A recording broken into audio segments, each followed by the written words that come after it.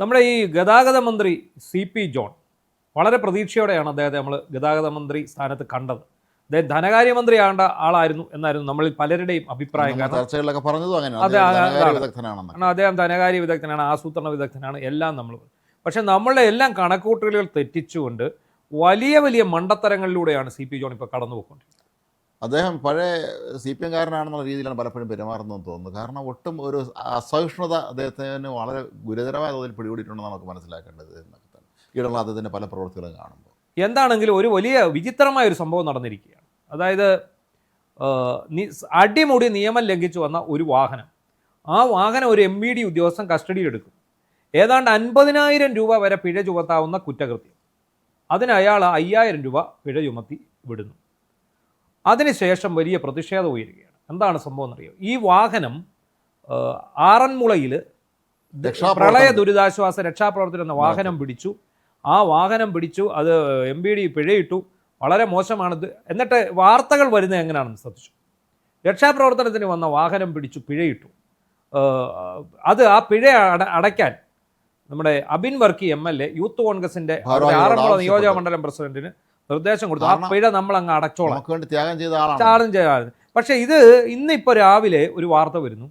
ഈ വാഹനത്തിന് പിഴയിട്ട MVD ലൈജു എന്ന് പറയുന്ന അടൂരിലെ MVD, അടൂർ RT ഓഫീസിലെ MVD ലൈജുവിനെ സസ്പെൻഡ് ചെയ്തുകൊണ്ടൊരു ഉത്തരവ് വരുന്നു. നമ്മളത് ഞെട്ടിപ്പോയി. കാരണം അതിനെക്കുറിച്ച് ഞാൻ വിശദമായിട്ട് അന്വേഷിച്ചു. ഡ്യൂട്ടി ചെയ്തു എന്നുള്ളതാണ് നമ്മൾ അടിസ്ഥാനപരമായി മനസ്സിലാക്കുന്ന ഒരു കാര്യം. അപ്പോൾ ഞാൻ ഈ അന്വേഷിച്ചപ്പോഴാണ് നമ്മുടെ ഈ ആടിനെ പട്ടിയാക്കുന്ന വാർത്താ സമ്പ്രദായം നമുക്ക് മനസ്സിലാവുന്നത്. പ്രളയ ദുരിതാശ്വാസത്തിന് പോയ വാഹനം അത് അവിടെ കഴിഞ്ഞു. ഇത് അതിനൊന്നും പോയതല്ല. ഇത് അടൂർ ടൗണിൽ ബൈപ്പാസ് റോഡ് വഴി പട്ടാപ്പകല് ഈ മഞ്ഞ ലൈറ്റ് 5 or 6 മഞ്ഞ ലൈറ്റിൻ്റെ ഫ്രണ്ടിൽ തെളിച്ച് ലൈറ്റൊക്കെ ഇട്ട് ഭീകരാവസ്ഥയിൽ വരുന്നു.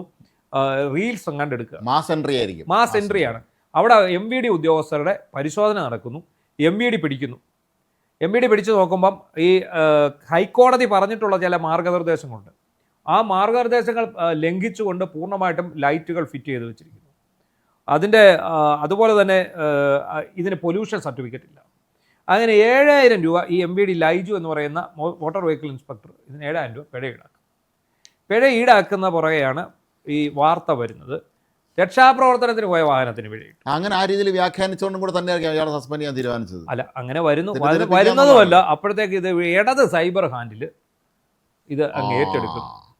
ഇതാണ് രക്ഷാപ്രവർത്തനത്തിന് പോയതിൻ്റെ അവസ്ഥ. UDF സർക്കാരിന് കീഴിൽ ഇതാണ്. എന്ത് ചെയ്യുന്നു? ഭയങ്കര വിമർശനമാകുന്നു. കോൺഗ്രസ്സുകാർ രംഗത്തെത്തുന്നു, യൂത്ത് കോൺഗ്രസ്സുകാർ വരുന്നു. അങ്ങനെ വരുമ്പോഴാണ് അബിൻ വർക്കി MLA പറഞ്ഞതായിട്ട് ഞാൻ ഒരു വാർത്ത കണ്ടതാണ്. ഇനി അതിൻ്റെ അബിൻ വർക്കി MLA പറഞ്ഞു, ആറന്മുള നിയോജക മണ്ഡലത്തിൻ്റെ പ്രസിഡന്റായിട്ടുള്ള യൂത്ത് കോൺഗ്രസിൻ്റെ മെഴുവേലി പഞ്ചായത്തിൻ്റെ പ്രസിഡന്റ് കൂടിയായിട്ടുള്ള നെജോമോൻ മെഴുവേലി എന്ന് പറയുന്ന ആളാണ്. ഈ നെജോമോനോട് ഈ പിഴത്തുക യൂത്ത് കോൺഗ്രസ് ഏറ്റെടുത്തങ്ങ് അടച്ചോളൂ എന്ന് പറഞ്ഞു. അവിടെ അദ്ദേഹം വേറെ ഒന്നും പറഞ്ഞിട്ടില്ല. MLA പറഞ്ഞത് പിഴത്തുക അടയ്ക്കാൻ കൊടുക്കാനാണ് പറഞ്ഞത്.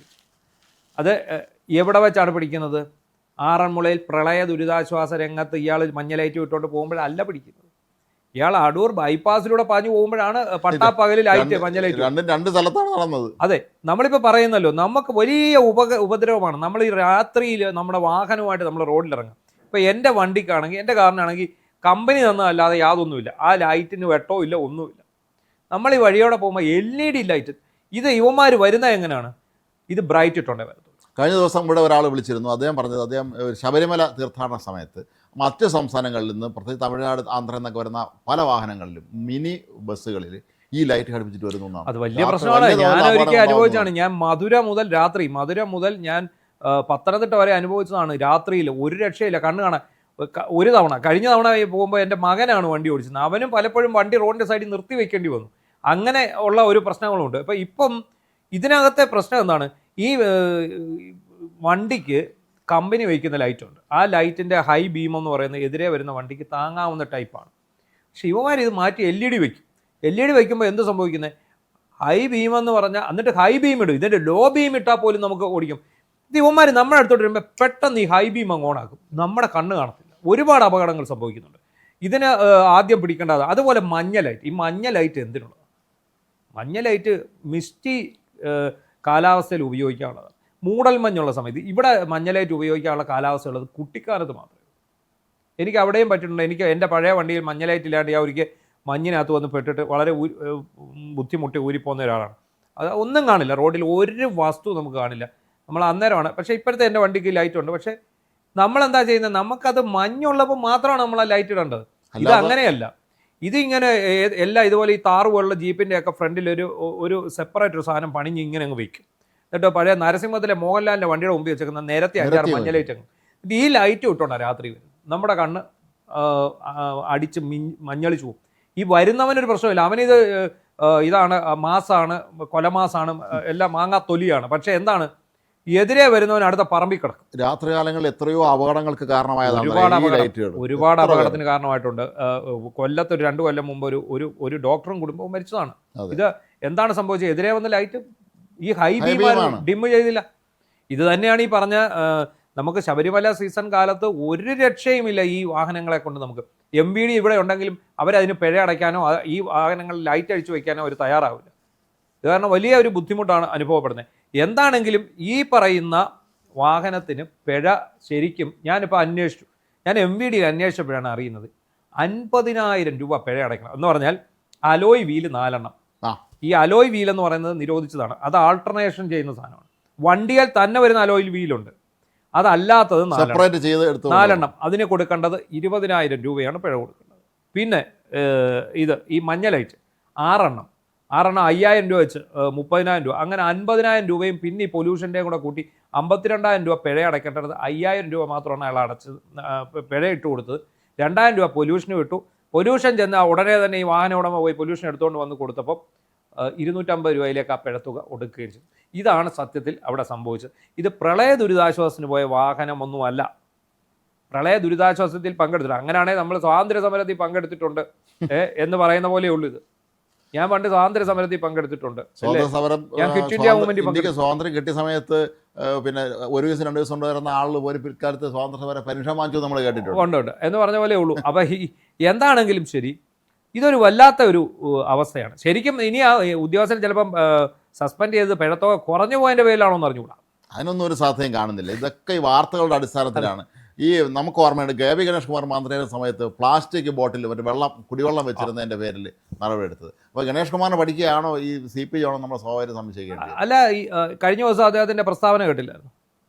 പിന്നെ സ്ത്രീകളെ എന്തായാലും UDF സർക്കാരിൻ്റെ നയമാണ് പ്രിയദർശിനി ബസ് സ്ത്രീകൾക്ക് സൗജന്യ യാത്ര. അതിപ്പോൾ എത്ര നഷ്ടം സഹിച്ചാലും അത് നടത്തിയേ പറ്റത്തുള്ളൂ. അത്രയേ ഉള്ളൂ. അതിൻ്റെ പേരിൽ സ്ത്രീകളെ മുഴുവൻ പള്ളു പറഞ്ഞാൽ അവർ കയറാതിരിക്കുമെന്നാണ് വിചാരം. 10 സ്ത്രീകളുടെ കൂടുതൽ കയറത്തേ ഉള്ളൂ. അല്ല, ഇന്നലെ ഞാനത് അനുഭവിച്ചാണ്. ഞാൻ നെടുമങ്ങാടിൻ്റെ വീട്ടിൽ പോയിട്ട് വരുന്ന സമയത്ത് ബസ്സുകളിലെല്ലാം തിരക്കാണ്.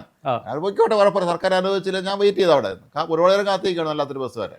അതാണ്. അപ്പോൾ ഈ അടൂരിൽ നടന്ന സംഭവം തികച്ചും എന്താ പറയുന്നത്, ന്യായരഹിതമാണ്. ഈ ഉദ്യോഗസ്ഥരുടെ ധാർമ്മികതയും അവരുടെ ഒരു മുറയിലും അത് ഇല്ലാതെ വരുന്നതിന് പിണറായി വിജയനെ കൊണ്ട് മടുത്തിരുന്ന ഉദ്യോഗസ്ഥരാണ്.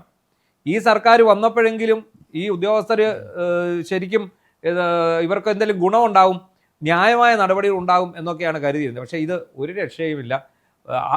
അവനവൻ്റെ ജോലി ചെയ്ത ഉദ്യോഗസ്ഥൻ, തൻ്റെ കൃത്യനിർവഹണം കൃത്യമായി ചെയ്ത ഉദ്യോഗസ്ഥൻ, അയാൾക്കൊരു ഗുഡ് സർവീസ് സെൻറ്റർ കൊടുക്കുന്നതിന് പകരം അത് സസ്പെൻഡ് ചെയ്തിരിക്കുകയാണ്. അല്ല, അത് ചെയ്യേണ്ടത് മുഖ്യമന്ത്രി ഇക്കാര്യത്തിൽ ഇടപെടുക തന്നെ വേണം. കാരണം മന്ത്രി ഒരുപക്ഷെ കഴിഞ്ഞ ദിവസം നഷ്ടപ്പെട്ട ഇമേജ് തിരിച്ചു പിടിക്കാനെങ്ങാനും വേണ്ടി ശ്രമിച്ചതാണോ, ഞാൻ മാസാണെന്ന് കാണിച്ചതാണോ എന്ന് അറിഞ്ഞുകൂടാ.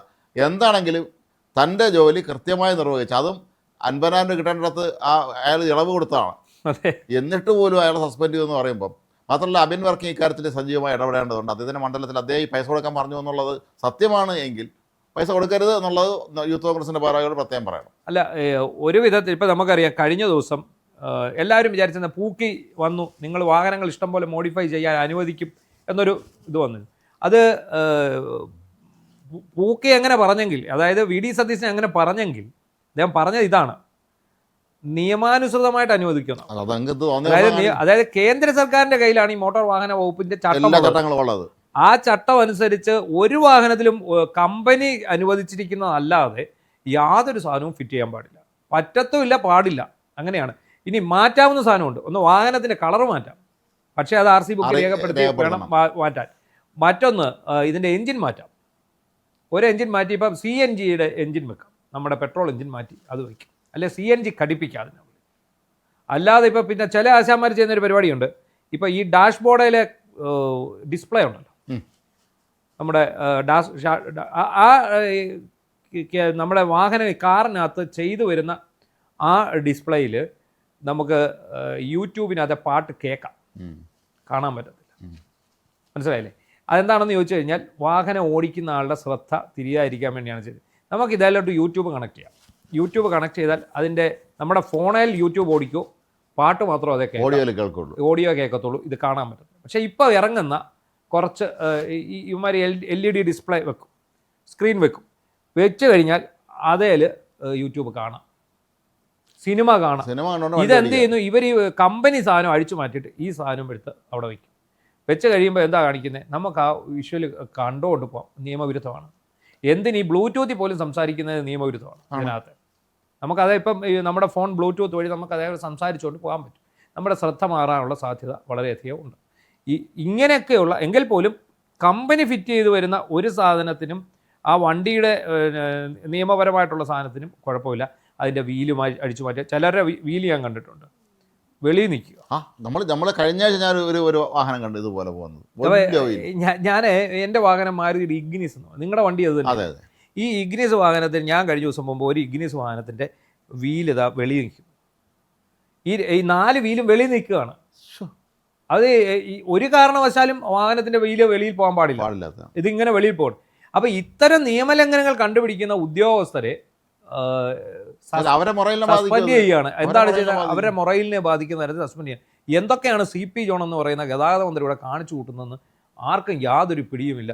ഈ ഉദ്യോഗസ്ഥരെതിരായ സസ്പെൻഷൻ വലിയ വിഷയമായി മാറും.